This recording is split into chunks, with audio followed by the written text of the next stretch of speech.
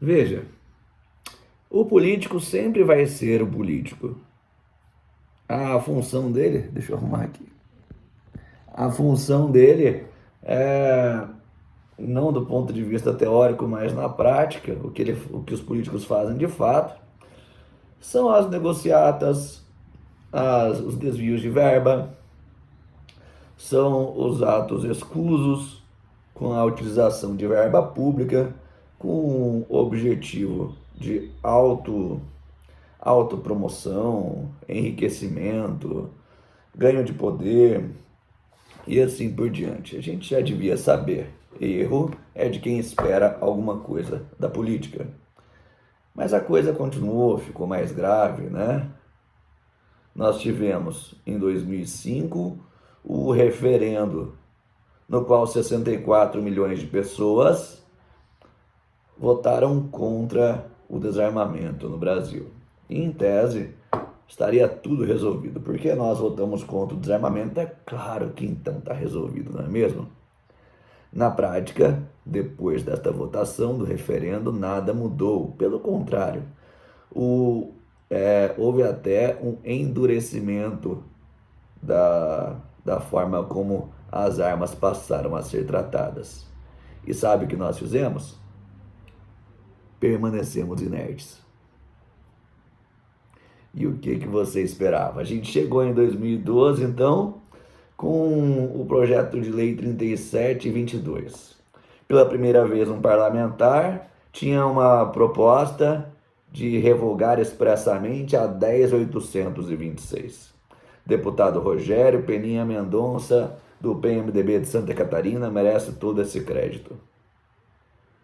Veja, 2012, nós estamos em 2022, portanto 10 anos, e sabe o que aconteceu? Nada. E o que nós fizemos? Permanecemos inertes, pedindo para político, negociando com este, com aquele, naquela incerteza sobre o que fazer, na esperança de que um dia alguma coisa possa mudar. A coisa não para por aí. Mas o fato é que os políticos sempre serão os políticos. O que muda de fato uma sociedade é a própria sociedade. E os políticos precisam virar reboque.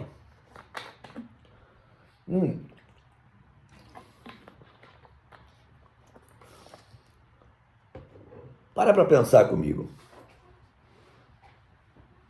Não existiu nunca na história nenhum tipo de ditador, déspota, autocrata que tivesse tido sucesso nas suas investidas contra a liberdade dos povos se não houvesse gente suficiente obedecendo às suas loucuras.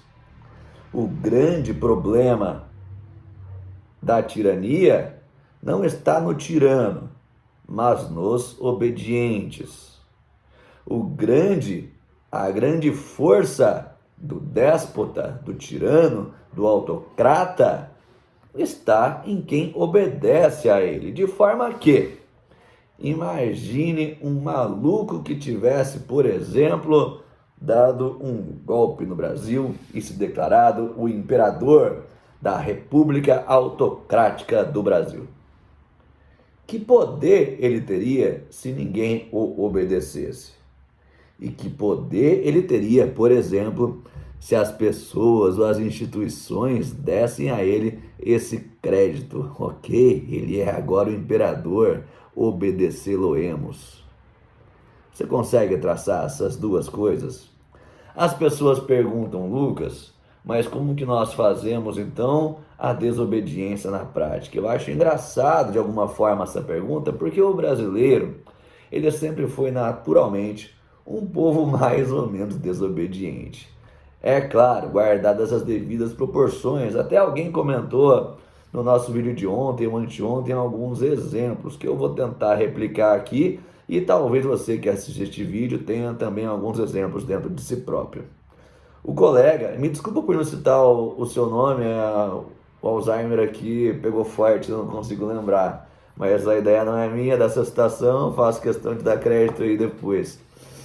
Ele citou o exemplo Por exemplo é foda, né? Mas ele citou o exemplo do sujeito que para no semáforo vermelho de madrugada. É muito comum que nós atravessemos o semáforo vermelho de madrugada. Boa parte da população faz isso, porque ela compreende que não vale o risco ficar parado no semáforo à noite e ela comete, portanto, uma infração de trânsito deliberadamente desobediente. Existe uma série de normas dessa natureza, leis que não pegaram, coisas que o brasileiro simplesmente não seguiu. E, portanto, aquela lei não foi obedecida, e assim como o tirano, que não tem ninguém para obedecer às loucuras dele, a lei, que também não é justa, não tem ninguém para obedecer às loucuras dela.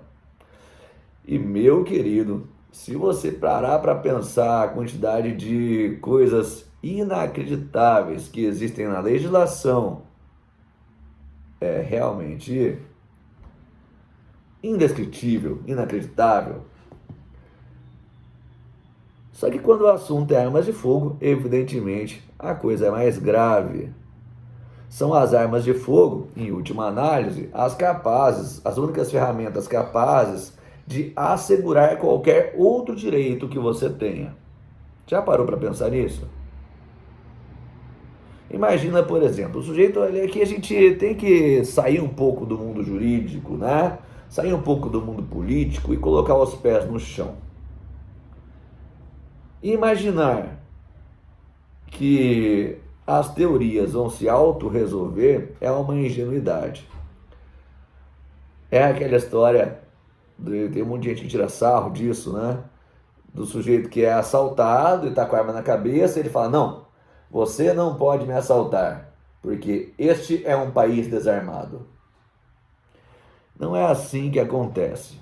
É o mundo concreto que existe de fato e são as leis que precisam se adequar ao mundo concreto e não o contrário. No mundo concreto, você, cidadão, só consegue garantir os seus direitos que você acha que tem, como o próprio direito à liberdade, direito ao trabalho. Olha o que está acontecendo, né? As pessoas impedidas de trabalhar porque outras pessoas têm medo. Quer dizer, eu não tenho medo de trabalhar por conta de vírus ou nada assim. Eu vou trabalhar, se eu for contaminado, se eu não for, eu assumo o risco. A vida é minha, né? Ah, mas você vai contaminar outro. Se aquele cara quiser ficar em casa, ele fica em casa, não é problema meu, né? Mas as pessoas estão proibidas de trabalhar, uma coisa que era tida como direito, né? Direito de trabalho. Não, você não tem direito de trabalho. Direito à liberdade, de ir e vir. Preciso falar sobre isso, o quanto que isso está mitigado hoje em dia. E tantos outros direitos que eventualmente você achava que tinha, que estava previsto na Constituição, mas basta ali um pouco de má fé de um governante, de um tribunal, para que isso seja mitigado, relativizado. E vai chegar a hora que essa mitigação, essa relativização pode chegar a alguma coisa que é muito cara para você. A mais atual, por exemplo, são os filhos. Eu não sei se você que está me assistindo tem filhos, mas recentemente houve uma ameaça contra a filha do presidente da República. Eu nem vou entrar no mérito aqui do presidente em si. Poderia ser o presidente, o João, o Joaquim, o Pedro, não importa quem seja. Mas ameaçaram de tirar dele a guarda da filha porque ele não queria que ela se vacinasse. Até onde você vai suportar? E que poder essas pessoas teriam se ninguém as obedecesse? É só à medida em que as pessoas recebem o fiscal ou que o fiscal obedece à autoridade que essas pessoas ganham força. A desobediência é, portanto, uma fundação da moralidade, não só da liberdade. Qualquer pessoa com padrões éticos, morais razoáveis consegue estabelecer dentro de si, independentemente da lei, linhas que não podem ser cruzadas. Eu brinquei no vídeo de ontem sobre o fígado, mas existem uma série de outras linhas que você pode imaginar aí, pode comentar aqui também. que não deveriam ser cruzadas. Eu me indigno com muita frequência quando eu vejo, especialmente o Estado, atravessando linhas que são muito sérias. Bom, nós começamos essa história toda por conta de uma linha que foi atravessada, não pelo Estado, mas pelo Instagram. O Instagram achou que poderia nos calar e, portanto, nós vamos falar mais.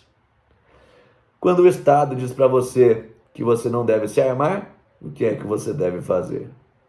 Não deixe de ajudar o nosso canal aqui. Nós estamos disponibilizando esses vídeos, esses materiais em todas as plataformas que eu conheço. Obviamente, nós estamos no próprio Instagram, com outros canais, mas eu estou nem aí para o Instagram. Nós estamos no YouTube, onde nós já temos bastantes inscritos, mas o desafio é nós trazermos gente para o Dailymotion, onde nós conseguimos monetizar os vídeos independente da pauta. Você entendeu? Segue ainda para o Vimeo, para o Get, para o Twitter. Eu estou para o Facebook. Você já conhece o Facebook, sabe que como ele não funciona, né? Mas onde eu tiver a oportunidade, eu vou disponibilizar esses vídeos. Mas eu peço encarecidamente que, se você assistir, assista no Dailymotion. Ajude a divulgar o Dailymotion, que é o que faz sentido para a gente hoje, tá bom? Conheça também o Telegram. Sugiro fortemente abandonar o WhatsApp aí, conheça o Telegram, que acaba interferindo menos na vida das pessoas. Lá no Telegram eu tenho o Caixa Preta do Silveira, onde todas as manhãs eu converso sobre temas que podem deixar você mais seguro. Esses vídeos daqui não vão ficar só na política ou na filosofia, tá? A gente vai ter vídeo de técnica de combate também, armado e desarmado aqui, gratuitamente. Portanto, é claro, se você tem sugestão, alguma coisa que você gostaria de ver, deixa aí pra gente. E, evidentemente, não poderia deixar de convidar, venha conhecer a Academia Brasileira de Armas. Nós temos 2 unidades da academia hoje no Brasil, estamos cogitando aqui a 3ª. Nós estamos com a nossa sede original em 4 Barras, onde nós temos cursos de tiro de combate, começando com bastante frequência. E nós temos nosso clube de tiro em Balneário Camboriú, onde você vai encontrar uma área de lazer grande, né, com bar, café, tabacaria.